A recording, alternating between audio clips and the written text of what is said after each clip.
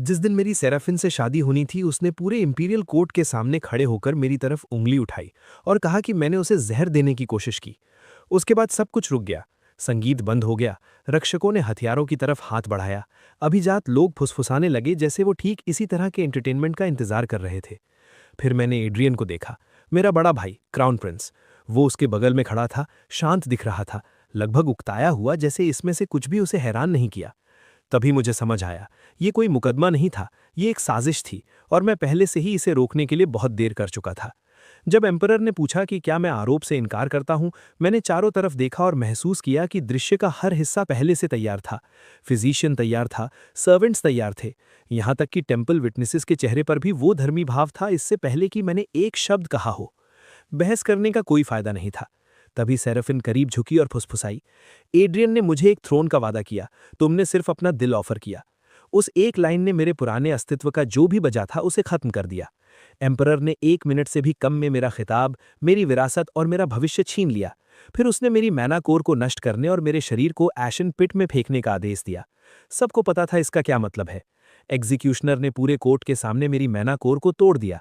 शाम होते होते उन्होंने मुझे एक चट्टान से अंधेरे में फेंक दिया। मैं पत्थर पर होश में आया, मुंह में खून था और कुछ साए में मेरे चारों तरफ घूम रहा था। Cops hounds. मेरे पास कोई मैना नहीं था, कोई हथियार नहीं था और इतनी टूटी पसलियां थीं जिन्हें छुए बिना गिन नहीं सकता था। तो मैं लड़ा एकमात्र तरीके से जो हो सकता था, एक टूटी चेन, एक ढीला पत्थर और शुद्ध नफरत। सुबह होते होते हाउंड्स मर चुके थे, मैं नहीं। ये पहली बार था जब एम्पायर मुझे खत्म करने में नाकाम रही। पिट मुझे खत्म करने वाला था, इसके बजाय उसने सब कुछ नर्म और बेकार छीन लिया। वहां नीचे मैंने जल्दी सीखा। मैंने सीखा कि कौन सी टनल्स में जहरीली मिस्ट है, कौन सी चमकती जड़ें खाई जा सकती हैं और कौन सी धीरे धीरे मार डालती हैं। मैंने सीखा कि एक आंख खुली और एक हाथ किसी तीखी चीज के चारों ओर लपेट कर कैसे सोते हैं। आखिरकार मुझे एक स्केलेटन मिला, स्कॉलर के कपड़ों में, एम्पायर से भी पुराने सिंबल से ढके एक लोहे के दरवाजे के सामने झुका हुआ। मैंने उसके हाथ की रिंग इसलिए छुई क्योंकि मेरे पास बेहतर आइडियाज खत्म हो चुके थे। कैवर्न जगमगा उठा। एक आवाज मेरे दिमाग में बोली, blood line confirmed, authority return to surviving air. दरवाजा खुल गया। उसके पीछे था एक अंडरग्राउंड आर्काइव, पहाड़ के नीचे छुपा हुआ, ऐसी चीजों से भरा जिन्हें एम्पायर ने साफ तौर पर मिटाने की कोशिश की थी।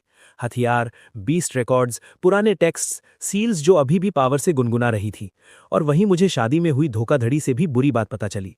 मेरे ब्लड लाइन को जानबूझकर दबाया गया था।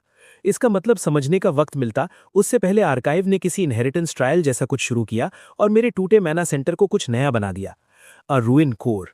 ऐसा लगा जैसे किसी ने मेरी छाती का एक हिस्सा आग और टूटे कांच से बने दूसरे दिल से बदल दिया हो। इसके बाद आर्काइव ने जबरदस्ती नॉलेज मेरे अंदर ठूस दी। Beast paths, poison arts, battle sense और एक एबिलिटी जो मुझे तुरंत समझ आई कि खतरनाक है, फेट आर्काइव। ये मुझे किसी फाइट से पहले की मूवमेंट्स की झलक दिखाता था और दूसरे को पता चलने से पहले उनकी कमजोरी दिखाता था। इसकी कीमत सिंपल थी, हर डीप यूज मेरी लाइफ स्पैन का एक हिस्सा जला देती। मैंने ये उससे ज्यादा तेजी से एक्सेप्ट किया जितना करना चाहिए था। जो हो चुका था उसके बाद सावधानी से जीने में मेरी कोई खास दिलचस्पी नहीं बची थी। आर्काइव ने महीनों तक मुझे ट्रेन किया, अगर उस निरंतर सजा को ट्रेनिंग कह सकते हैं। फिर मुझे वो एग मिला। ये एक बैरियर के पीछे था जिसके फर्श पर आधी वार्निंग खुदी हुई थी। पिच ब्लैक, पतली गोल्डन क्रैक्स शेल के थ्रू बढ़ती हुई, बेहद खतरनाक। ये सुनकर लगा कि यही चाहिए था। मैंने अपनी हथेली काटी, खून शेल पर गिरने दिया और बैरियर तुरंत बिखर गया। जो क्रीचर निकला वो मेरी उम्मीद से छोटा था और किसी तरह और भी ज्यादा रूखा। डार्क स्केल्स, पंखों के टुकड़े, कर्व्ड टैलेंस और ऐसी आंखें जो दुनिया से पर्सनली नाराज दिखती थीं। उसने मेरी उंगली काटी, खुद के अपने तरीके से कॉन्ट्रैक्ट फोर्स किया और मेरी बाह पर चढ़ गया जैसे ये फैसला हमेशा से उसका ही था। मैंने उसका नाम ऐश रखा। ऐश विशियस था, क्लेवर था, तेज था और खुद से बहुत ज्यादा खुश रहता था। हमने साथ ट्रेन किया जब तक कि हम मास्टर और बीस्ट नहीं लगे और दो ऐसी चीजें लगे जो एक ही तरीके से सर्वाइव करना एंजॉय करते हैं। मेरी एग्जीक्यूशन के 3 महीने बाद एक इंपीरियल क्लीनअप टीम अपर पिट में हड्डियां ढूंढने आई। इसके बजाय उन्होंने मुझे ऐश को कंधे पर लिए अंधेरे से बाहर चलते देखा। कैप्टन ने मुझे तुरंत पहचान लिया। मैंने फेट आर्काइव से एक क्विक झलक देखी, वो रास्ता ढूंढा जो आज्ञा पालन पर खत्म होता था और वो यूज किया। मैंने उनसे कहा कि घुटने टेको अगर जीना चाहते हो। एक सोल्जर ने यह टेस्ट करने की गलती की। ऐश ने बिना स्किन को छुए उसके बूट्स के चारों ओर एक लकीर जला दी। उसके बाद बाकी सब जल्दी घुटने टेक गए। मैं उसी वक्त पैलेस की तरफ मार्च कर सकता था। ये बेवकूफ़ी होती। एड्रियन मुझे करप्टेड कहता, सेराफिन डरी हुई एक्ट करती, कोर्ट सच्चाई को एक बार फिर मेरे साथ दफन कर देता। तो मैं गायब हो गया। अगर बदला लेना था तो गुस्से से ज्यादा चाहिए था, सबूत चाहिए था, साथ ही चाहिए थे, अपनी कोई जगह बनानी थी। वो जगह थी ब्लैक वाटर एकेडमी। मैं एक झूठे नाम से शहर में घुसा, रोविन ग्रे के नाम से। पहले दिन वहां मैंने एक ग्रुप ऑफ रिच एकेडमी होपफुल्स को एक लड़की को कीचड़ में धकेलते देखा, जबकि वो उसकी मेडिसिन बॉटल्स को अपने बूट से कुचल रहे थे। मैंने उस पर फेट आर्काइव यूज किया और इतना देखने के लिए काफी था कि वो मायने रखती है। उसका नाम था मीरा वेल, और एक दिन इंपॉर्टेंट लोग उस पर निर्भर होने वाले थे। एक लड़के ने पूछा कि क्या मुझे कोई प्रॉब्लम है। मैंने कहा हाँ, और सबसे बड़ी प्रॉब्लम ये थी कि वो अभी भी बोल रहा है। उसका बीस्ट पहले झपटा। ऐश ने उसे इतनी जल्दी गिरा दिया कि भीड़ को रिएक्ट करने का टाइम नहीं मिला। फिर मैंने उस लड़के से कीचड़ में से हर हर्ब उठवाई। इस तरह मीरा ने मुझसे मुलाकात की। उस रात मैं अंडरग्राउंड गया और डोरियन फ्लिंट को एक बीस्ट अरीना में पाया, जहां भीड़ के सामने उसके साथ धोखा हो रहा था। जो लोग उस पेन को तब फनी समझते थे जब वो गरीबों पर होती। फेट आर्काइव ने मुझे दिखाया कि वो क्या बन सकता है, कमांडर, वो जिसे आर्मीज याद रखती हैं। तो मैंने दखल दिया। ऐश को अरीना चैंपियन को शर्मिंदा किया, डोरियन को जीत का हिस्सा दिया और कहा कि अगर किसी बेवकूफ के नीचे हारते रहने से तंग आ गए हो तो मुझे ढूंढना। सुबह होते होते मीरा और डोरियन दोनों मेरे दरवाजे के बाहर थे। ये मेरे फैक्शन की शुरुआत थी, ब्लड लाइन या स्टेटस पर नहीं, उन लोगों पर जिन्हें एम्पायर ने कमजोर समझा था।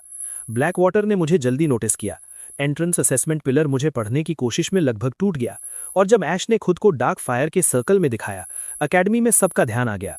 इसने लूसियन वॉस को मेरे दरवाजे तक लाया, क्योंकि लूसियन जैसे लोग हमेशा सोचते हैं कि पब्लिक ह्यूमिलिएशन सिर्फ दूसरों के साथ होती है। उसने मुझे चैलेंज किया। ऐश ने उसके बीस्ट को इतनी बुरी तरह तोड़ा कि भीड़ ने इसे एक लेसन की तरह ट्रीट किया।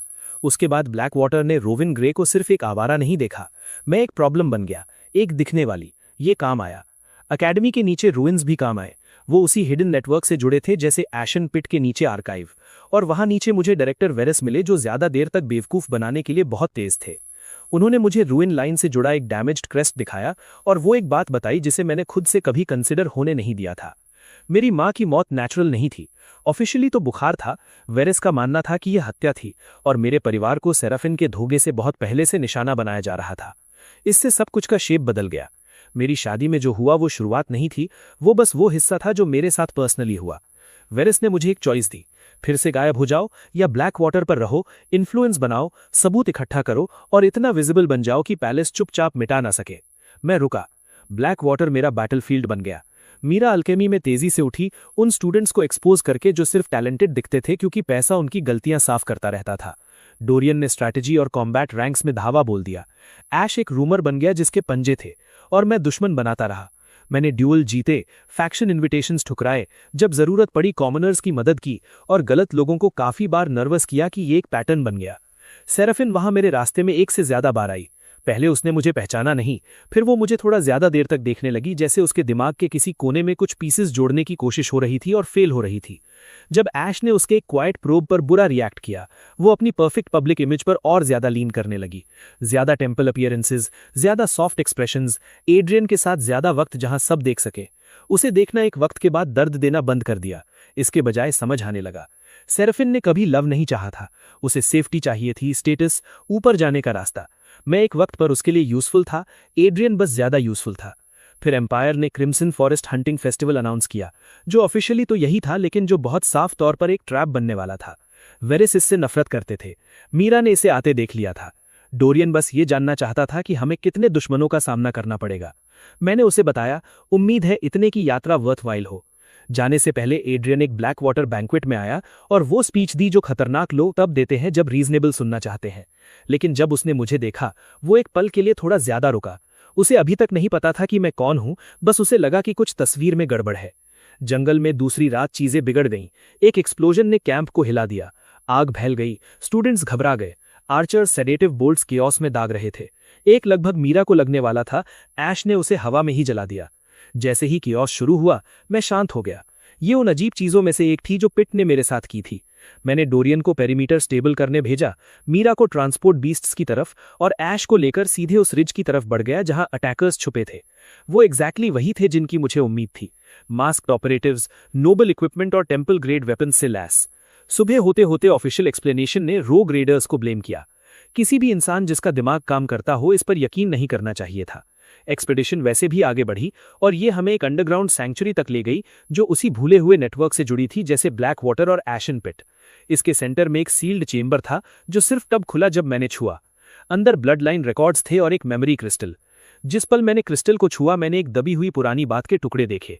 मेरी माँ, आवाजें बहस करती हुई, साइलेंस के आदेश, एक कमांड की रूइन ब्रांच को खत्म होना पड़ेगा। फिर क्रिस्टल टूट गया, फिर भी इतना दिखा, मुझे जन्म से ही निशाना बनाया गया था। एड्रियन ने तुरंत रिएक्ट किया, उसने चेंबर को हेरेटिकल कहा, रिकॉर्ड्स को डेंजरस और मुझे करप्टेड। फिर सब कुछ को रॉयल अथॉरिटी के नीचे लाने की कोशिश की, इससे पहले कि कोई उसके बारे में ज्यादा सोचे। मैंने मना कर दिया। क्लियरिंग हमारे चारों तरफ बिखर गई। एक तरफ रॉयल गार्ड्स, दूसरी तरफ टेम्पल एस्कॉट्स, स्टूडेंट्स बीच में फ्रोजन। तभी सेराफिन ने आखिरकार वो नाम कहा जिसे मिटाने में उसने मदद की थी, कायलन। वो साइलेंस किसी भी स्पेल से ज्यादा असर करी। मरा हुआ तीसरा प्रिंस उनके सामने खुलेआम खड़ा था और एम्पायर का क्लीन वर्जन ऑफ इवेंट्स वहीं बिखरने लगा। एड्रियन ने पहले अटैक किया।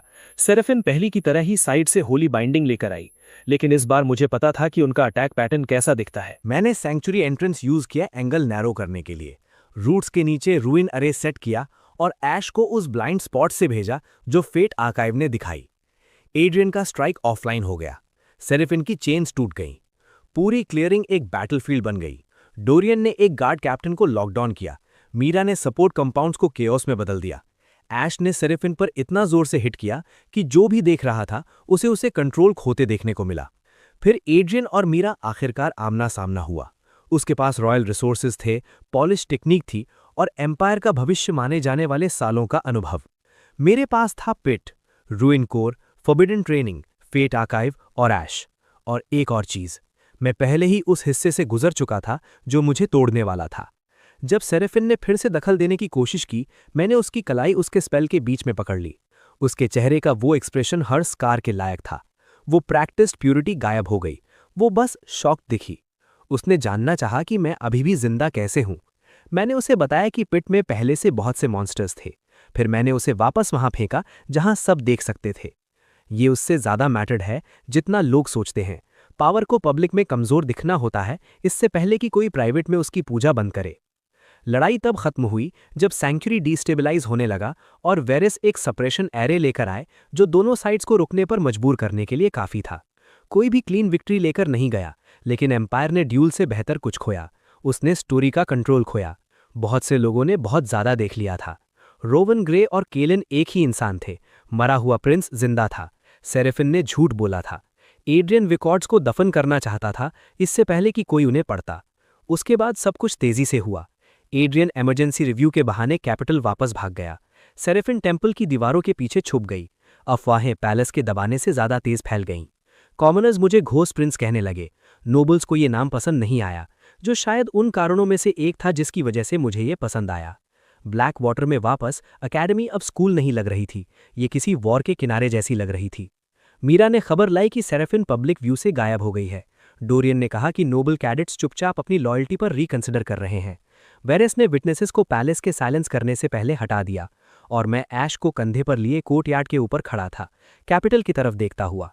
अगली सुबह तक कैपिटल ने वही किया जो वो हमेशा सबसे अच्छा करती है। उसने पहले झूठ बोला। ऑफिशियल वर्जन के मुताबिक क्रिम्सन फॉरेस्ट डिजास्टर हेरिटिक्स और एक करप्टेड इम्पोस्टर की वजह से हुई जो ब्लैक वाटर अकेडमी में छुपा था। एड्रियन नेचुरली सिचुएशन को और बुरा होने से बचाने के लिए तारीफ पा रहा था। ये एक स्मार्ट झूठ था, जल्दी, साफ और इतना ऑफिशियल कि बहुत से डरे हुए लोग बिना ज्यादा सवाल पूछे इसे एक्सेप्ट कर लेते। ब्लैक वाटर ने नहीं किया। बहुत से स्टूडेंट्स ने सेराफिन को मेरा नाम लेते सुना था। बहुत से गार्ड्स ने एड्रियन को उन रिकॉर्ड्स के आसपास घबराते देखा था जिन्हें एक निर्दोष आदमी वेलकम करता। बहुत से लोगों ने मुझे उस तरह की मौत से सर्वाइव करते देखा था जो पीछे कुछ नहीं छोड़ती। तो अफवाहें डिग्री से ज्यादा तेज फैल गईं। जो भी इसे बता रहा था उसके हिसाब से मैं मरा हुआ तीसरा प्रिंस था, घोस्ट प्रिंस था, या वो एयर था जिसे एम्पायर ने दफन किया और किसी तरह अंडरग्राउंड रखने में नाकाम रहा। ज्यादातर वर्जन्स गलत थे। ये मायने रखना जल्दी बंद हो गया। जो मैटर था वो ये था कि एड्रियन अब पूरी तरह स्टोरी कंट्रोल नहीं कर रहा था और उस जैसे लोगों को ये हारने से ज्यादा नफरत होती है। मैं सेंट्रल कोर्टयार्ड के ऊपर ऐश को कंधे पर लिए खड़ा था जब मीरा 2 स्क्रोल्स और एक ऐसे एक्सप्रेशन के साथ मुझे ढूंढती हुई आई जिसका मतलब था कि खबर इतनी बुरी थी कि यूजफुल थी। टेम्पल का कहना है कि सेराफिन स्पिरिचुअल रिकवरी के लिए हट गई है, जिसका मतलब है वो छुप रही है या छुपाई जा रही है। मीरा ने रिप्लाई किया। ये सही था। उसने दूसरा स्क्रोल थमाया। इंपीरियल डिक्री, ब्लैक वाटर को आदेश था कि रोवन ग्रे को तुरंत कैपिटल ट्रांसफर के लिए सरेंडर करे। केलन नहीं, गलत तरीके से कंडेम्ड थर्ड प्रिंस नहीं, बस Rowan grey, infiltrator, forbidden ruins से जुड़ा हुआ। एड्रियन मुझे एक झूठे नाम के नीचे वापस खींचने की कोशिश कर रहा था ताकि एम्पायर को कभी ऑब्वियस सवाल पूछने पर मजबूर न होना पड़े। अगर मैं सच में पहले मर चुका था तो ऑर्डर पर साइन किसने किया? वेरेस 1 मिनट बाद आए, उस आदमी के लुक के साथ जिसने पहले से हर पॉसिबल डिजास्टर सोच लिया हो और सबको समान रूप से नापसंद करता हो। Black water publicly order refuse करेगा। मीरा ने बाहें फोल्ड की। पब्लिकली? अभी के लिए? वेरेस ने कहा। यह रीअश्योरिंग नहीं था। डोरियन 1 मिनट बाद सीढ़ियां चढ़कर आया। जबड़े पर एक चोट थी और एक कंधे पर 3 प्रैक्टिस ब्लेड्स थे, जैसे उसने सुबह किसी डिसएग्रीमेंट को एफिशिएंटली सुलझाया हो। कितना वक्त? वेरेस ने सिटी वॉल की तरफ नजर डाली। अगर एड्रियन केयरफुल है तो दिन, अगर वो गुस्से में है तो घंटे। वो लगभग निश्चित रूप से दोनों था। उस दोपहर ब्लैक वाटर ने एक इमरजेंसी असेंबली बुलाई। स्टूडेंट्स ट्रेनिंग ग्राउंड में भर गए। प्रोफेसर्स बाहरी सीढ़ियों पर खड़े हो गए। हाउस बैनर्स एक ऐसी चुप्पी में हवा में फड़फड़ा रहे थे जो काम से ज्यादा नाजुक लग रही थी। वेरेस ने अनाउंस किया कि black water formal review, witness testimony और लॉफुल आइडेंटिटी कंफर्मेशन के बिना किसी स्टूडेंट को सरेंडर नहीं करेगा। ये सबसे मजबूत वर्जन था उस न का जो अकेडमी खुलेआम युद्ध घोषित किए बिना दे सकती थी। कुछ स्टूडेंट्स इम्प्रेस दिखे, कुछ डरे हुए दिखे। ल्यूशन वॉस ऐसा दिख रहा था जैसे अभी भी ये सोच रहा हो कि एम्बिशन या सेल्फ प्रिजर्वेशन में से कौन सा उसके ज्यादा काम आएगा। फिर टेम्पल डेलीगेशन आई। सेरेफीन नहीं, 3 सीनियर हीलर्स सफ़ेद और सोने के कपड़े पहने, ऐसे लोगों की पॉलिश्ड उदासी के साथ जिन्होंने कोई क्रूअल काम करने की योजना बना चुके थे और उसे ज़रूरी कहने वाले थे। उनकी लीडर ने खुद को हाई सिस्टर अलीरा बताया और रिक्वेस्ट की कि मैं करप्शन एग्जामिनेशन के लिए आगे आऊं। वो शब्द फिर से, करप्शन। इंस्टीट्यूशंस को ऐसे शब्द पसंद होते हैं क्योंकि वो उससे ज़्यादा साफ सुनाई देते हैं जो वो एक्चुअली मतलब रखते हैं। वेरेस ने ऑब्जेक्शन करना शुरू किया, लेकिन वो फिनिश करता इससे पहले मैं आगे बढ़ा। अगर टेम्पल मुझे टेस्ट करना चाहता है तो ये यहाँ सबके सामने कर सकता है। अलीरा मुस्कुराई, लेकिन सिर्फ अपने चेहरे के उस हिस्से से जिस पर उसे भरोसा था। उसने टेम्पल सील से ढकी एक सिल्वर डिस्क उठाई और सफ़ेद रोशनी प्लेटफॉर्म पर फैल गई। स्टूडेंट्स आगे झुक गए। प्रोफेसर्स ने आंखें सिकोड़ लीं। ऐश मेरे बगल में पूरी तरह स्टिल हो गया। रोशनी मेरी छाती तक पहुंची, फिर र्यून कोर से टकराई। 1 सेकंड के लिए रेलिक से धातु की चीखने जैसी आवाज़ निकली। उसकी सतह पर क्रैक्स दौड़ गईं। रोशनी सफ़ेद से ब्लैक गोल्ड में बदल गई। फिर डिस्क अलीरा के हाथ में टूट गई। कोर्टयार्ड में हंगामा हो गया। अलीरा ने जल्दी संभाला। ये इंस्टेबिलिटी प्रूव करता है। नहीं, मैंने कहा, ये प्रूव करता है कि तुम्हारे रेलिक को कुछ ऐसा मिला जो तुम्हारे टेम्पल से पुराना है। इसने तुरंत माहौल बदल दिया। सिर्फ स्टूडेंट्स में नहीं, प्रोफेसर्स में, नोबल्स में और हर फैक्शन लीडर में जो तय कर रहा था कि मुझे सपोर्ट करना वर्थ इट है या अवॉइड करना सेफ है। एड्रियन चाहता था कि मैं बीमार दिखूं, इसके बजाय उसके अपने साइड ने मुझे एक राज जैसा दिखा दिया, और राजों को चुपचाप मारना ज़्यादा मुश्किल होता है। टेम्पल भीड़ के और मुड़ने से पहले चली गई। इससे हमें एक रात मिली। वेरेस ने इसे अच्छी तरह यूज़ किया। शाम तक ब्लैक वाटर एक डिफेंसिव मेज में बदल गई। बैरियर एरेज वॉकवेज के नीचे जल गए। सीनियर स्टूडेंट्स पेट्रोल यूनिट्स बन गए। ट्रस्टेड प्रोफेसर्स ने विटनेस रिकॉर्ड्स को अकेडमी के सबसे पुराने हिस्सों के नीचे हिडन पैसेजेस से मूव किया। मीरा ने एक एल्केमी रूम को कुछ ऐसे में कन्वर्ट कर दिया जो कई लॉज को नर्वस कर देता। डोरियन ने वॉलंटियर्स को इतनी जल्दी और इतने अच्छे तरह स्क्वाड्स में ऑर्गेनाइज कर दिया कि यहाँ तक कि नोबल बॉन्ड स्टूडेंट्स जो उससे ऑर्डर्स लेने से नफरत करते थे वो भी सुनने लगे। ऐश ने शाम रूफ्स पर मैसेंजर बर्ड्स को बुली करते हुए बिताई। मैं वेरेस के साथ नीचे गया। वे मुझे लोअर यूएन से एक सील डोर तक ले गए जिस पर वही ब्रोकन क्रेस्ट था जो मैंने एशन पिट के नीचे देखा था। जब मैंने छुआ, दरवाज़ा तुरंत खुल गया। अंदर एक नैरो चेम्बर था और एक सिंगल ऑब्जेक्ट एक स्टोन पेडिस्टल पर रखा था, एक black iron crown.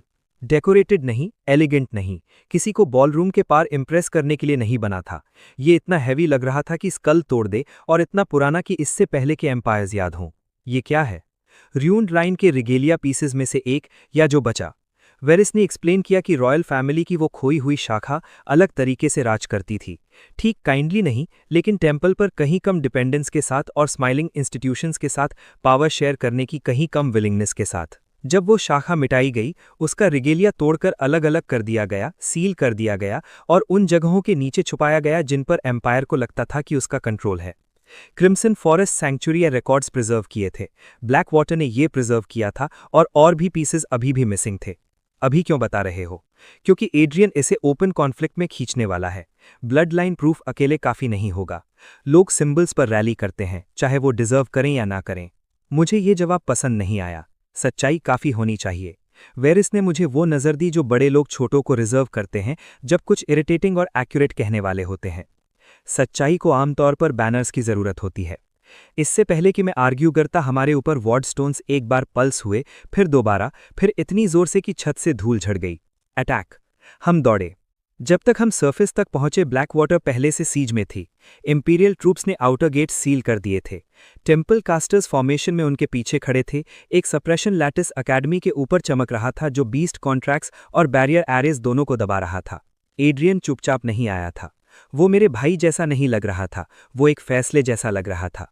Students inner terraces पर जमा हो गए। प्रोफेसर्स ने स्टेयर्स संभाल ली।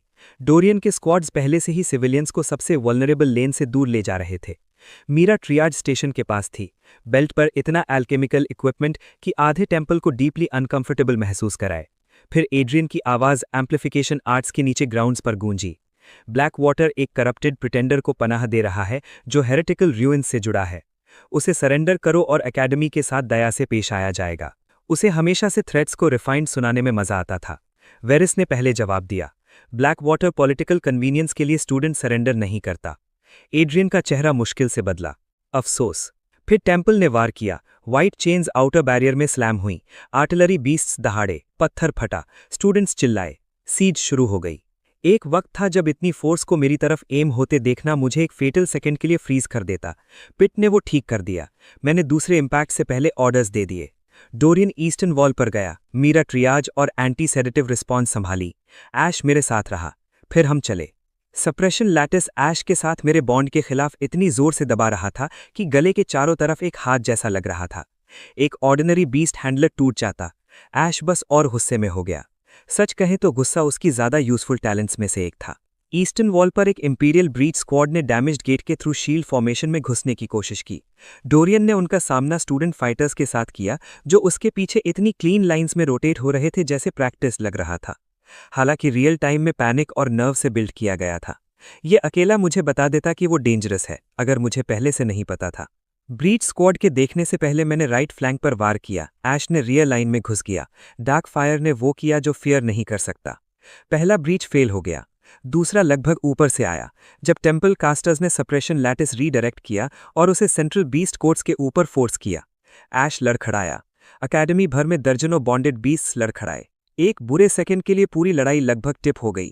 फिर मीरा ने कदम बढ़ाया। उसने 3 कैनिस्टर्स हवा में फेंके और उन्हें इतने प्रिसाइज पल्स से बर्स्ट किया कि इंसल्टिंग लगा। सिल्वर वेपर कोर्ट के पार फैल गया और टेम्पल फॉर्मेशन से एक स्क्रीमिंग बर्स्ट ऑफ इंटरफेरेंस से टकराया। प्रेशर थोड़ा टूटा। 20 रिकवर हुए। हैंडलर्स ने सांस ली। ब्लैक वाटर ने फिर से फुटिंग पाई। तभी मैंने धुएं के पार देखा और एड्रियन को सीधे मेरी तरफ देखते हुए पाया। उसे प्रॉब्लम समझ आ गई। ये सीज एकेडमी को जल्दी नहीं तोड़ रहा था, तो उसने टैक्टिक्स बदले और सीधे सेंट्रल टावर की तरफ ड्राइव किया, जहां विटनेस रिकॉर्ड स्टोर हो रहे थे। जाहिर है, एड्रियन जैसे लोग सिर्फ बॉडीज नहीं मारते, वो मेमोरी मारते हैं। मैं ऐश को साथ लेकर उसके पीछे गया। जब तक मैं अपर लैंडिंग तक पहुंचा, एड्रियन पहले डिफेंडर्स को कट कर चुका था और बाकियों को रीलिंग में भेज चुका था। मेरे आने पर वो मुड़ा। एक पल के लिए नीचे का बैटलफील्ड बहुत दूर लगा। वो काम दिख रहा था, जिसका मतलब था वो फ्यूरियस था। तुम्हें मरे रहना चाहिए था, तुम्हें बेहतर काम करना चाहिए था। ये शायद हमारी अब तक की सबसे ऑनेस्ट बातचीत थी। उसने पहले अटैक किया। इंपीरियल फ्लेम इतनी जोर से नीचे आई कि पत्थर स्प्लिट हो जाए। मैंने र्यून्ड फोर्स से मिला और कोलिजन को मेरे पीछे टूटी विंडोज से ब्लो आउट होने दिया। ऐश उसके ब्लाइंड साइड पर गया। एड्रियन तैयार था। एक फ्लेम कंस्ट्रक्ट उसकी शैडो से फटा और लगभग ऐश को चेस्ट के थ्रू पकड़ लिया। लगभग। ऐश ने ट्विस्ट किया, उसका एज स्केल्स पर लिया और डार्क फायर से जवाब दिया, जिसने एड्रियन को आधे कदम के लिए ऑफलाइन कर दिया। वो आधा कदम काफी था। मैंने फेट आर्काइव यूज किया। 3 पाथ्स मेरी मौत पर खत्म होते थे। 2 पाथ्स रिकॉर्ड्स डिस्ट्रॉय होने पर, एक पाथ एड्रियन का खून बहाने पर। मैंने आखिरी चुना। कॉस्ट तुरंत आई। मेरी विजन ब्लर हो गई, पल्स तेज हो गई, मेरे अंदर कुछ शॉर्टर हो गया। Worth it. मैं एड्रियन के अगले अटैक के अंदर घुसा, कंधे पर एक बर्निंग कट लिया और उसके साइड में एक रून चार्ज स्ट्राइक दबा दी। वो लड़खड़ाया, सिर्फ थोड़ा, लेकिन काफी था। वो रॉ कल्टिवेशन में अभी भी ज्यादा स्ट्रांग था। मैं उन चीजों से सर्वाइव करने में बेहतर था जो मुझे मार देनी चाहिए थी। ये डिफरेंस मैटर करता था। पहली बार उसका कंट्रोल स्लिप हुआ। क्या तुम सोचते हो एक झूठ एक्सपोज करना कुछ बदलता है? एम्पायर को स्टेबिलिटी चाहिए। फादर ने वो फ्यूचर चूज किया जो सर्वाइव करता है। ये सबसे अगली हिस्सा था। डिनायल नहीं, जस्टिफिकेशन। मुझे और चाहिए था। मैं चाहता था कि वो कुछ केयरलेस कहे। मैं चाहता था कि वो एडमिट करे कि मेरी माँ को एड्रियन से बहुत पहले मार्क कर दिया गया था, जब मैं इतना समझने के लिए पर्याप्त बड़ा नहीं था कि जब वो कमरे में आती थी तो माहौल क्यों बदल जाता था। लेकिन बैटल टाइमिंग होता है, कन्फेशन नहीं। और टाइमिंग टूट गई जब टावर फ्रेश बॉम्बार्डमेंट के नीचे हिला। हमारे नीचे आर्काइव हॉल का एक हिस्सा कोलैप्स हो गया। मीरा धुएं में ऑर्डर्स चिल्ला रही थी। डोरियन अभी भी ईस्ट होल्ड कर रहा था, लेकिन ये अगली होता जा रहा था। वेरिस बैरियर कोर को पूरी तरह फेल होने से बचाने की कोशिश कर रहे थे। ब्लैक वाटर सर्वाइव कर रहा था। ये विनिंग जैसा नहीं लग रहा था। एड्रियन को भी पता था। उसने अपने आर्मर से एक सील्ड इंपीरियल रिट उठाया और इससे पहले कि वो उसे खोले मुझे पता चल गया कि यही असली अटैक है। Emergency succession order. एम्परर के डिक्री से तीसरे प्रिंस काइलिन को ब्लड फॉलन घोषित किया जाता है, मृत्यु से परे स्ट्रिप किया जाता है और थ्रोन के खिलाफ ट्रीजन के लिए कंडेम किया जाता है। अकेडमी शांत हो गई, यहां तक कि इंपीरियल सोल्जर्स भी हिचकिचाए, क्योंकि ये अब अरेस्ट नहीं था, ये पब्लिक इरेजर था। एड्रियन ने रिट और ऊंची उठाई। कोई भी हाउस, अकेडमी या टेम्पल ब्रांच जो उसकी मदद करे उसकी सेंटेंस शेयर करेगा। और वो था। मुझ पर अटैक नहीं, मेरे चारों तरफ के सब पर अटैक। वो ब्लैक वाटर की करेज को डेथ सेंटेंस में बदलने की कोशिश कर रहा था। एक डेंजरस सेकंड के लिए ये काम किया। आप अकेडमी में हिचकिचाहट महसूस कर सकते हैं, इसलिए नहीं कि लोगों ने बिलीव करना बंद कर दिया, बल्कि इसलिए क्योंकि वो कॉस्ट इमेजिन करने लगे। इसी तरह एम्पायर्स जीतते हैं जब अकेली फोर्स काफी नहीं होती। वो सावधानी से डर फैलाते हैं। फिर कोई हंसा। मिरा, छोटी, शार्प, पूरी तरह डिसरिस्पेक्टफुल। वो नीचे खड़ी थी, स्लीव पर ऐश और एक कफ पर खून लिए। एड्रियन को ऐसे देख रही थी जैसे उसने अभी अभी खुद को शर्मिंदा किया हो। अगर थ्रोन को अपनी सच्चाई डिफेंड करने के लिए बच्चों को धमकी देनी पड़े तो शायद उसकी सच्चाई उसके कागजात से भी कमजोर है। साइलेंस फिर आई, इस बार अलग। फिर डोरियन ने अपना ब्लेड पत्थर में गाड़कर चिल्लाया, ब्लैक वाटर स्टैंड्स। स्टूडेंट्स ने जवाब दिया, सब नहीं, काफी। डर लूज करने के लिए काफी, माहौल बदलने के लिए काफी। एड्रियन ने ओपन डिस्कस के साथ देखा, ये उसकी गलती थी, उनमें से एक। वेरस ने बैरियर को रीरूट किया, मेरा टेम्पल फॉर्मेशन में। फिर इंटरफेरेंस हिट हुई। डोरियन ने ईस्टर्न लाइन को सिर्फ होल्ड करने के बजाय आगे पुश किया। एड्रियन एडजस्ट करने से पहले ही मैं उसके गार्ड में घुस गया। ऐश ने ऊपर वार किया, मैं नीचे गया। उसकी फ्लेम्स ने हमें एक बार पीछे धकेला, फिर दोबारा। फिर मेरा हाथ उसकी कलाई के चारों तरफ बंद हो गया। उसने छुड़ाने की कोशिश की। मैंने अपनी बाह में रून फोर्स चलाई और डिक्री आधा आधा फाड़ दिया। आवाज छोटी थी, इफेक्ट नहीं था। बैटलफील्ड भर में ये थंडर की तरह पड़ा। यही वो इमेज थी जो एड्रियन को गवाहों के सामने कभी नहीं देनी चाहिए थी। उसका चेहरा बदल गया। पॉलिश्ड मास्क नहीं, रॉयल कंपोजर नहीं, बस नफरत। उसने इतनी इंपीरियल फायर से जवाब दिया कि अगर मैं सीधे मीट करता तो टावर में सबको मार डालता। इसलिए मैंने नहीं किया। मैं नीचे गया और याद की हुई क्राउन चेंबर ज्योमेट्री यूज करके ब्लास्ट रीडायरेक्ट किया और फोर्स को डैमेज्ड अपर वॉल से शेयर होने दिया। टावर हमारे बीच नीचे आ गिरा, पत्थर क्रैश हुए, फ्लेम फैल गई। ऐश मुझे कोलैप्स के बीच से खींच कर ले गया, एक वायलेंट आर्ग्यूमेंट की ग्रेस के साथ। जब धुआं छटा, एड्रियन पहले ही टेम्पल कवर के नीचे विड्रॉ कर रहा था। क्लीन रिट्रीट नहीं, एंग्री रिट्रीट। इंपीरियल हॉर्न्स बजे और सीज लाइंस वेव्स में पीछे हटने लगीं। वो ब्लैक वाटर तोड़ने में फेल हुए थे। बदले में उन्होंने सबको साफ दिखा दिया था कि वो क्या करने के लिए तैयार थे। डस्क तक मृतकों की गिनती हो चुकी थी और घायल हर हॉल भर रहे थे। अकेडमी का आधा हिस्सा ऐसे लग रहा था जैसे किसी पॉलिटिकल मोटिव्स वाले भूकंप से बचे हों। किसी ने इसे विक्ट्री नहीं कहा, लेकिन किसी ने इसे सरेंडर भी नहीं कहा। वेरेस ने मुझे सेंट्रल टावर के रूइंस में एड्रियन के टॉन डिक्री के दोनों टुकड़ों को देखते हुए पाया। पहले उन्होंने कुछ नहीं कहा, स्मार्ट। आखिरकार उन्होंने कैपिटल की तरफ देखते हुए कहा, एम्पायर अब इसे इग्नोर नहीं कर पाएगा। नहीं, मैंने कहा, नहीं कर पाएगा। मेरा हाथ पर बैंडेज लिए हमारे साथ आ मिली। डोरियन आया कॉलर पर खून लिए, जो पूरी तरह उसका नहीं था। ऐश आया सूट में ढका हुआ और खुद को ऐसे कैरी कर रहा था जैसे एक गवर्नमेंट बिल्डिंग का कोलैप्स उस पर पर्सनली अच्छा रिफ्लेक्ट कर रहा हो। फिर वेरेस ने मुझे कुछ दिया जो सीज के दौरान लोअर चेंबर से रिकवर हुआ था। एक map fragment, black gold ink, ancient seals, एक सिंबल 3 बार डेस्परेट हाथ से सर्कल्ड, कैपिटल। ऊपर का पैलेस नहीं, जो नीचे था। वहां और भी रिगेलिया पीसेस थे और रिकॉर्ड्स, शायद यहां तक कि प्रूफ भी कि पहली जगह मेरी ब्लड लाइन के पौज का आदेश किसने दिया था। और अब एड्रियन जानता था कि मैं इतना करीब आ गया हूं कि मैटर करूं। अच्छा, फियर तेज चलता है, एक बार आखिरकार कोई चेहरा मिल जाए। इसके बाद ब्लैक वाटर में रात उतरी। घायल बुरी तरह सोए। प्रोफेसर्स ने ये दिखावा बंद कर दिया कि ये अभी भी एक एकेडमिक प्रॉब्लम है। जिन स्टूडेंट्स ने एक साइड चुनी थी उन्होंने समझना शुरू किया कि उस चॉइस की असल कीमत क्या हो सकती है। हमारे नीचे वर्कर्स उस कोर्टयार्ड साफ कर रहे थे जहां एड्रियन का डिक्री पब्लिक में टुकड़े टुकड़े किया गया था। ये मैटर्ड था। स्टोरीज को नकारा जा सकता है, इमेजेस रहती हैं। मैंने ऐश को कंधों पर लेकर कैपिटल की तरफ देखा और एक सिंपल बात समझी। अगली बार जब मैं कैपिटल जाऊंगा तो चेन्स में घसीटा हुआ नहीं जाऊंगा, मैं थ्रोन के नीचे जाऊंगा।